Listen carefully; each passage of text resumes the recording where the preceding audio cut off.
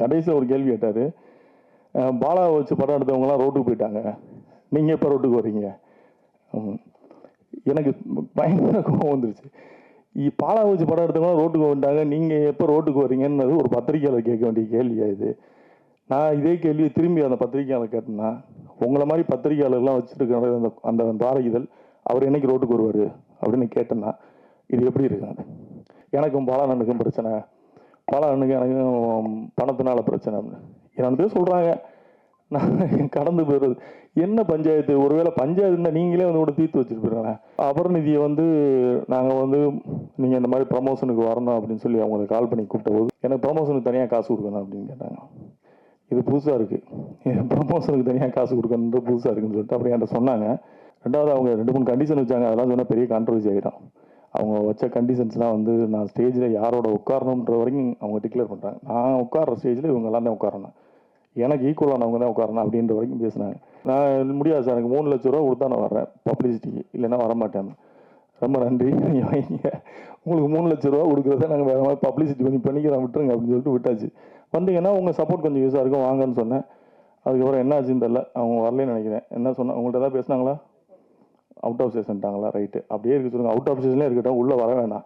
தமிழ் சினிமாவுக்கு இப்படிப்பட்ட நடிகைகளே தேவையில்லை. அவங்க அவுட் ஆஃப் ஸ்டேஷனே இருக்கிறது தமிழ் சினிமாவுக்கு நல்லது. ஏன்னா இந்த மாதிரி ப்ரொடியூசர்களை வந்து காயப்படுத்திட்டு பணம் போட்டு படம் எடுத்தவங்க காயப்படுத்திட்டு அவங்க தமிழ் சினிமாவுக்கு வந்து என்ன பண்ண போகிறாங்க? அவங்க அவுட் ஆஃப் ஸ்டேஷனே அப்படியே இருக்கட்டும். நாற்கரப்போர் இந்த படம் வந்து எங்கள் ஊரை சேர்ந்த அண்ணன் வேலாயுதம் அவர்கள் தயாரிச்சிருக்காரு. பட் அவர் வந்து என்கிட்ட கதை இந்த படத்தை வந்து சொல்லும் போது எனக்கு ஆச்சரியமாக இருந்தது. இப்படி ஒரு கதையை அவர் தேர்ந்தெடுத்ததுக்காகவே அவருக்கு முதல்ல வந்து நன்றி சொல்லணும், வாழ்த்துக்கள் சொல்லணும். ஒரு புது தயாரிப்பாளர் இப்படி ஒரு கதையை தேர்ந்தெடுத்து பண்ணணும்னு நினச்சது வந்து அவருக்கு உண்மையாகவே அவருக்கு வந்து நம்ம வாழ்த்து சொல்லலாம். அந்த இயக்குனரும் அந்த கதையை வந்து மிக நேர்த்தியாக பண்ணியிருக்காரு. இங்கே வெற்றி தோல்விலாம் வந்து சகஜம். ஒரு படம் எடுக்கிறோம், உடனே அது நம்ம வெற்றி பெறணும்னு 1 கோடி கலெக்ஷன் ஆகும் அப்படின்றதெல்லாம் வந்து தாண்டி நம்ம வந்து நம்ம சிறப்பாக நம்ம வேலையை சிறப்பாக செஞ்சுருக்கோமா, அவ்வளோதான். அதுக்கப்புறம் வந்து அது ரசிகர்கள்ட்ட போகும்போது அது எப்படி அவங்க வந்து ஏற்றுக்கிறோம் செய்யலாம், ஏற்றுக்காமல் இருக்கலாம். ஒவ்வொருத்தருக்கும் ஒரு பார்வை இருக்கும். ஸோ அதை பொறுத்து தான் வெற்றி தோல்வியும் தீர்மானிக்கப்படுது. வெற்றி பெற்ற படங்கள் வந்து பெரிய படம்னு சொல்கிறோம், தோல்வி பெற்ற படங்கள் சின்ன படங்கள் சொல்கிறோம். மற்றபடி பட்ஜெட்டை வச்சுலாம் எந்த படமும் பெரிய படம் சின்ன படம்லாம் இல்லை. சிறிய படங்களே இன்றைக்கி பெரிய கலெக்ஷன்லாம் பண்ணிக்கிட்டு இருக்கு. என்னை பொறுத்தளவில் நான் வேலாயுதனுக்கு சொன்னது என்னென்னா, இங்கே வர தயாரிப்பாளர்கள் 90% என்னென்னா ஒரு படம் எடுப்பாங்க, அந்த படத்தில் அவங்களுக்கு நிறைய கசப்பான அனுபவங்கள் இருக்கும். அந்த படம் வந்து நிறைய வேதனைகள் பெற்றிருப்பாங்க, பொருளாதார இழப்பு இருப்பாங்க. ஆனால் அது ஒரு அனுபவம் கிடச்சிருக்கும். அந்த அனுபவம் வந்து அவங்களுடைய முதலீடு. அப்போ என்ன பண்ணால் நம்ம விட்ட இடத்துல தான் முடிக்க முடியும். வெளிச்சம் இருக்குன்றதுக்காக வெளியில் போய் தேட முடியாது. அப்போ நம்ம தொலைச்ச இடத்துல தான் தேடணும். நம்ம இந்த சினிமாவில் தான் விட்டுருப்போம். நம்ம இந்த அனுபவத்தை அடுத்ததுக்கு, ஏன்னா அனுபவமே இல்லாமல் ஒரு தொழிலுக்கு அனுபவமே இல்லாமல் வர ஒரே தொழில் வந்து தயாரிப்பாளர் தொழில் தான். பணம் இருக்குன்னா வந்து படம் எடுக்கலாம். யாராவது ஒருத்தர் அதை கூப்பிட்டு வந்துடுவாங்க, கூப்பிட்டு வந்து படம் எடுக்க வச்சுட்டு நம்ம வந்து அந்த பணத்தை போட்டு திரும்ப ரிலீஸ் பண்ணும்போது அது ஒரு பெரிய சேலஞ்சாக இருக்கும். ஆனால் அந்த பிரச்சனைலாம் இல்லாமல் வேலாயுதனை வந்து தைரியமாக ரிலீஸ் வரைக்கும் கொண்டு வந்திருக்காருன்றது வெற்றி. உண்மையாகவே நீங்கள் லக்கி. ஏன்னா வந்து இப்படி ஒரு படத்தை எடுத்து ரிலீஸுக்கு கொண்டு வரது தான் இன்றைக்கி சேலஞ்ச். படத்தை எடுக்க எல்லாம் எடுத்துடலாம். அப்போ இப்படி ஒரு தயாரிப்பாளர் கிடைக்கிறதா ரொம்ப கஷ்டம். அதை வந்து அவர் சிறப்பாக வந்து செஞ்சுருக்காரு. அவருக்கு இந்த படம் வெற்றி படமாக அமைனா தொடர்ந்து அவர் தமிழ் சினிமாவில் தொடர்ந்து அவர் பயணிக்கணும். ஏன்னா கோவமே படாமல் அவரை நான் கோவப்பட்டு அவர்கிட்ட நானும் ஒரு 6-7 மாதம் பார்க்குறேன், கோவப்பட்டு பார்த்ததே கிடையாது. சிரிச்ச மணிக்கே இருப்பார். எவ்வளோ டென்ஷனாக இருந்தாலும் சிரிச்ச மணிக்கே இருப்பார். ஸோ இப்படிப்பட்ட தயாரிப்பாளர்கள்லாம் தமிழ் சினிமாவுக்கு தேவைப்படுது. இந்த படத்தில் நடித்த லிங்கேஷாக இருக்கட்டும், சுரேஷ் மேனன் சாராக இருக்கட்டும், அபர்நிதியாக இருக்கட்டும், எல்லாருமே வந்து அவங்களுடைய பாத்திரம் வந்து தெளிவாக பண்ணியிருக்காங்க. நான் சின்ன பையன் உட்பட எல்லாருமே நல்லா பண்ணியிருக்காங்க. அபர்நிதி மிக சிறப்பாக பண்ணியிருந்தாங்க. ஆனால் என்ன ஒரு வருத்தம்னா, அந்த அபர்நிதி வந்து இன்னைக்கு இந்த ஃபங்க்ஷனுக்கு வரல. அது தொடர்ந்து நம்ம தமிழ் சினிமாவில் ஒரு சாபக்கேடு ஆயிடுச்சு, ப்ரமோஷனுக்கு வரமாட்டோம் அப்படின்றது. அந்த அபர்நிதியை வந்து நாங்கள் வந்து நீங்கள் இந்த மாதிரி ப்ரமோஷனுக்கு வரணும் அப்படின்னு சொல்லி அவங்களுக்கு கால் பண்ணி கூப்பிட்ட போது தயாரிப்பாளர் கூப்பிட்ருக்காங்க. கூப்பிட்டதுக்கு வந்து அவங்க நான் வரமாட்டேன், எனக்கு ப்ரமோஷனுக்கு தனியாக காசு கொடுக்கணும் அப்படின்னு கேட்டாங்க. இது புதுசாக இருக்குது, ப்ரமோஷனுக்கு தனியாக காசு கொடுக்கணுன்ற புதுசாக இருக்குன்னு சொல்லிட்டு அப்படி என்கிட்ட சொன்னாங்க. நான் உடனே அந்த பொண்ணுகிட்ட வந்து நான் அடித்து பேசுகிறேன். இந்த மாதிரி வந்து பப்ளிசிட்டிக்கு நீங்கள் கண்டிப்பாக வரணும், இங்கே வந்து சினிமா வந்து இருக்க நிலைமை ரொம்ப மோசமாக இருக்குது. ஒருத்தர் வந்து ஒரு படத்தை எடுத்து ரிலீஸுக்கு கொண்டு வரான்றது பெரிய விஷயம். அப்போ நீங்கள் பப்ளிசிட்டிக்கு நீங்கள் வரணும்ல, நீங்கள் வராமல் இருக்கிறது நியாயம் இல்லை அப்படின்ற மாதிரி சொன்னோம். இல்லை நான் வர முடியாது. ரெண்டாவது அவங்க 2-3 கண்டிஷன் வச்சாங்க. அதெல்லாம் சொன்னால் பெரிய கான்ட்ரவர்சி ஆகிடும். அவங்க வச்ச கண்டிஷன்ஸ்லாம் வந்து நான் ஸ்டேஜில் யாரோட உட்காரணுன்ற வரைக்கும் அவங்க டிக்ளேர் பண்ணுறாங்க. நான் உட்கார்ற ஸ்டேஜில் இவங்க எல்லாம் தான் உட்காரணும், எனக்கு ஈக்குவலானவங்க தான் உட்காரணும் அப்படின்ற வரைக்கும் பேசுனாங்க. எனக்கு பயங்கர கோபம் ஆயிடுச்சு. என்ன இப்படி பேசுகிறாங்க, ஒரு ஆர்டிஸ்ட் வந்து என்ன ஏதுனே தெரியாமல் இப்படி பேசிகிட்டு இருக்காங்க. நீங்கள் ஒன்று பண்ணுங்கள், உங்களுக்கு வந்து நான் சொல்கிறது புரியலை, நீங்கள் வேணால் நடிகர் சங்கத்தில் கம்ப்ளைண்ட் பண்ணுங்கள், இந்த மாதிரி வந்து இந்த படத்தை வந்து எனக்கு கூப்பிட்ற ப்ரொமோஷன் கூப்பிட்றாங்க, நான் வரமாட்டேன்னு சொல்கிறேன், என்ன பிரச்சனையாக இருந்தாலும் பேசுவோம், நீங்கள் நடிகர் சங்கத்தில் சொல்லுங்கள் அப்படின்னு. இவரும் தயாரிப்பாளர் சங்கத்தில் ஒரு கம்ப்ளைண்ட் கொடுத்துருக்காரு. அந்த கம்ப்ளைண்ட்டுக்கு வந்து உங்கள் தயாரிப்பாளர் சங்கம் கூப்பிட்டுருக்காங்க, அவங்க வரலைன்னு நினைக்கிறேன், அது என்ன ஆச்சுன்னு தெரியல. அப்போ நடிகர் சங்கத்தில் நீங்கள் சொல்லுங்க மாதிரினா நடிகர் சங்க உறுப்பினரே இல்லைன்றாங்க அவங்க. சரி வேறு இவங்களை என்ன தான் பண்ணுறது அப்படின்னு சொல்லி, நீங்கள் வர்றீங்களா வரலையா அப்படின்னு. நான் முடியாது சார், எனக்கு 3 லட்ச ரூபா கொடுத்தா நான் வர்றேன் பப்ளிசிட்டிக்கு, இல்லைன்னா வரமாட்டேன். ரொம்ப நன்றி, நீங்கள் வாங்கிங்க, உங்களுக்கு 3 லட்ச ரூபா கொடுக்குறத நாங்கள் வேறு மாதிரி பப்ளிசிட்டி பண்ணிக்கிறோம், விட்டுருங்க அப்படின்னு சொல்லிட்டு விட்டாச்சு. அப்புறம் ஒரு 2 நாள் பொறுத்து கால் பண்ணாங்க. சாரி சார், நான் தெரியாமல் பேசிட்டேன், அன்றைக்கி இங்கே யாருன்னு தெரியாமல் பேசிட்டேன், சாரி நான் மன்னிச்சிருங்க, நான் வந்து அந்த ஃபங்க்ஷனுக்கு வர்றேன், நான் ப்ரமோஷன்ஸ்க்கெலாம் வரேன், நான் இருக்குங்க சாரி பரவாயில்ல, நீங்கள் சப்போர்ட் பண்ணுங்கள். அந்த இயக்குனர் வந்து புதுசாக படம் பண்ணுறாரு, உங்களோட நிறைய கலைஞர்கள் நடிச்சிருக்காங்க, நீங்கள் கொஞ்சம் ஃபெமிலியரான ஆள், வந்தீங்கன்னா உங்கள் சப்போர்ட் கொஞ்சம் யூஸாக இருக்கும், வாங்கன்னு சொன்னேன். அதுக்கப்புறம் என்ன ஆச்சுன்னு தெரில, அவங்க வரலன்னு நினைக்கிறேன். என்ன சொன்னால் உங்கள்கிட்ட தான் பேசினாங்களா, அவுட் ஆஃப் ஸ்டேஷன்ட்டாங்களா, ரைட்டு அப்படியே இருக்க சொல்லுங்கள், அவுட் ஆஃப் ஸ்டேஷன்லேயே இருக்கட்டும், உள்ளே வர வேண்டாம். தமிழ் சினிமாவுக்கு இப்படிப்பட்ட நடிகைகளே தேவையில்லை, அவங்க அவுட் ஆஃப் ஸ்டேஷனே இருக்குது தமிழ் சினிமாவுக்கு நல்லது. ஏன்னா இந்த மாதிரி ப்ரொடியூசர்களை வந்து காயப்படுத்திட்டு பணம் போட்டு படம் எடுத்தவங்க காயப்படுத்திட்டு அவங்க தமிழ் சினிமாவுக்கு வந்து என்ன பண்ண போகிறாங்க, அவங்க அவுட் ஆஃப் ஸ்டேஷனே அப்படியே இருக்கட்டும். அது இதை கூட இங்கே எதுக்கு சொல்கிறேன்னா, மற்ற தயாரிப்பாளர்கள் தெரிஞ்சுக்கணும்னு சொல்கிறேன். ஒரு நடிகைகள் எப்படி இருக்காங்க அப்படின்றது தெரிஞ்சுக்கணும்னு சொல்கிறேன். இந்த கோமல் சர்மா அந்த படத்தில் நடிக்கிற கூப்பிட்டுருக்காங்க, அந்த வந்திருக்காங்க. நமிதா அவங்க பிஸிலையும் கூப்பிட்றாங்க, வந்திருக்காங்க. ஸோ ப்ரமோஷனுக்கு வரலைன்னா என்ன அது என்ன ஆக்டிவிட்டின்னு தெரியல. இது ரொம்ப வருத்தமான ஒரு விஷயமா இருக்குது.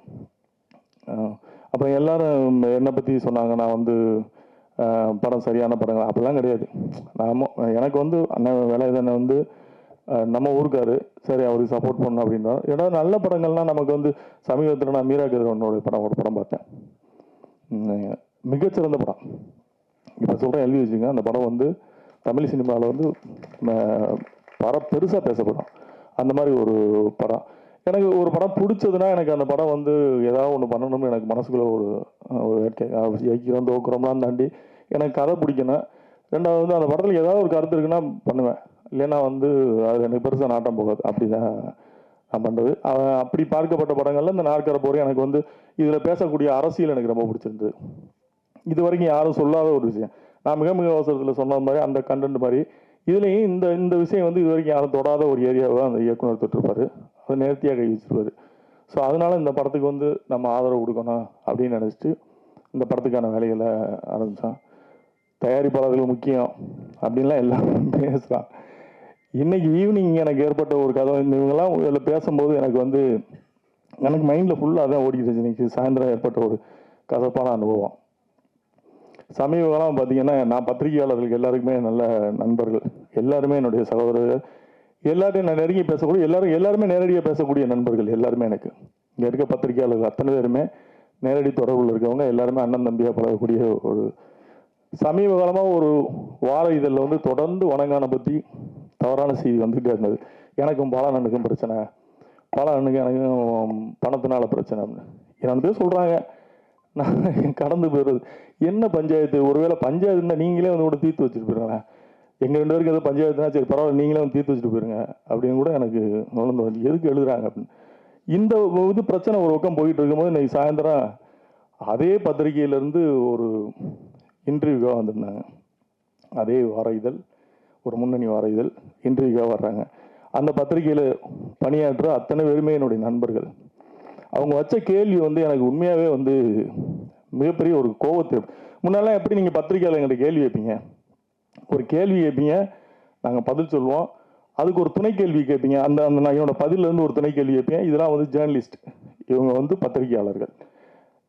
அந்த தரத்தில் தான் எனக்கு பத்திரிகையாளர்கள். ஆனால் ஒரு கேள்வி கேட்போம்.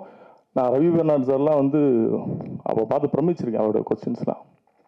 அப்படி நான் பத்திரிகையாளர் வந்து ரொம்ப நேசிக்கக்கூடிய ஆள். ஏன்னா எனக்கு சோசியல் மீடியாவில் யாராவது ரொம்ப அழகாக எழுதியிருந்தாங்கன்னா ஆர்டிக்கல் எழுதினா, கவிதா பரதினோட ஆர்டிக்கலுக்குலாம் நான் வந்து எனக்கு ரொம்ப பிடிக்கும். அப்படி எனக்கு ஒரு சோசியல் மீடியாவில் அந்த ஃபேஸ்புக்கில் வந்து நிறைய பேரை வந்து நான் ஃபாலோ பண்ணுவேன். நான் அவங்களுக்கு கமெண்ட்ஸ் கொடுக்குறேன், அதெல்லாம் கிடையாது, நான் ஃபாலோ பண்ணுவேன் அவங்க என்ன எழுதுறாங்க. அப்போ ஒரு இன்டர்வியூ வந்திருக்காரு. இன்டர்வியூ வரும்போதே ஒரு 15 கொஸ்டின் வச்சுருக்காரு. இப்போலாம் வந்து கொஸ்டின் வந்து கேட்குறது கிடையாது, எழுதிட்டு வந்துடுது, ஆஃபீஸில் உட்காந்து ப்ரிப்பேர் பண்ணி வந்துடுது. வந்துட்டு அந்த கொஸ்டினை வச்சுட்டு ஒவ்வொரு கேள்வியாக வந்து கேட்ட கேள்வி எல்லாமே அமைச்சராக இருந்தது, எல்லாத்துக்கும் பதில் சொன்னேன்.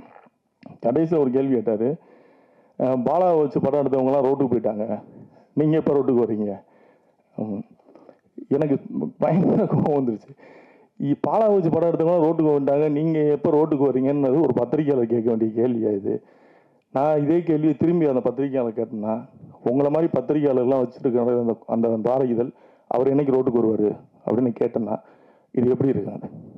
எனக்கு ரொம்ப இன்னைக்கு இந்த மேடையில் நான் வந்து உட்காந்துருக்கும் போது எனக்கு மைண்டில் தான் ஓடிட்டு இருந்துச்சு. இவங்க எல்லாம் பேசும்போதெல்லாம் எனக்கு வந்து அந்த செய்தி மட்டுமே மைண்டில் ஓடிச்சு. இவ எப்படி இப்படி கேட்குறாங்க? ஒரு படத்தை கோடிக்கணக்கில் போட்டு எடுக்கிறான், ஒரு ஒரு ஒரு தகுதியான ஒரு கேள்வி இல்லாமல் அப்படி வந்து நீங்கள் எப்போ ரோட்டுக்கு வருவீங்க அப்படின்னு கேட்டால் இது என்ன கேள்வி? இது எப்படி இதை ஏற்றுக்கிறது என்னன்னு எனக்கு தெரில. இனிமேலாவது அந்த பத்திரிக்கை, நான் பேர் நாகரிகங்கிறது அந்த பேர் சொல்லக்கூட விரும்பலை, இனிமேலாவது அந்த பத்திரிகை பணிபுரிவர்களும் சரி, அந்த பத்திரிகை நிர்வாகமும் சரி, கொஞ்சம் உங்கள் செய்தியாளர்கிட்ட கொஞ்சம் அனுபவமான கேள்விகளை கேட்க சொல்லுங்கள். ஏன்னா இது எங்களை காயப்படுத்துது. எவ்வளோ வழி இருக்குன்னு யோசிச்சு பாருங்கள். கோடிக்கணக்கில் பணம் போட்டு நிற்கிறானாங்க, எப்போ நீங்கள் ரோட்டுக்கு வருவீங்கன்னு கேட்குறது. அதே கேள்வியை நீங்கள் வேறு மாதிரி கேட்கலாம். பாலா வச்சு படம் எடுத்தவங்கலாம் ரோட்டுக்கு வந்துட்டாங்க ஏற்கனவே அப்படின்னு ஒரு டாக் இருக்குது, இதை பற்றி இந்த விமர்சனத்தை பற்றி நீங்கள் என்ன கேட்குறீங்கன்னா அது நியாயமான கேள்வி. நீங்கள் எப்போ ரோட்டுக்கு வருவீங்கன்னு கேட்குறது என்ன கேள்வின்னு எனக்கு ஒன்றும் புரியலை.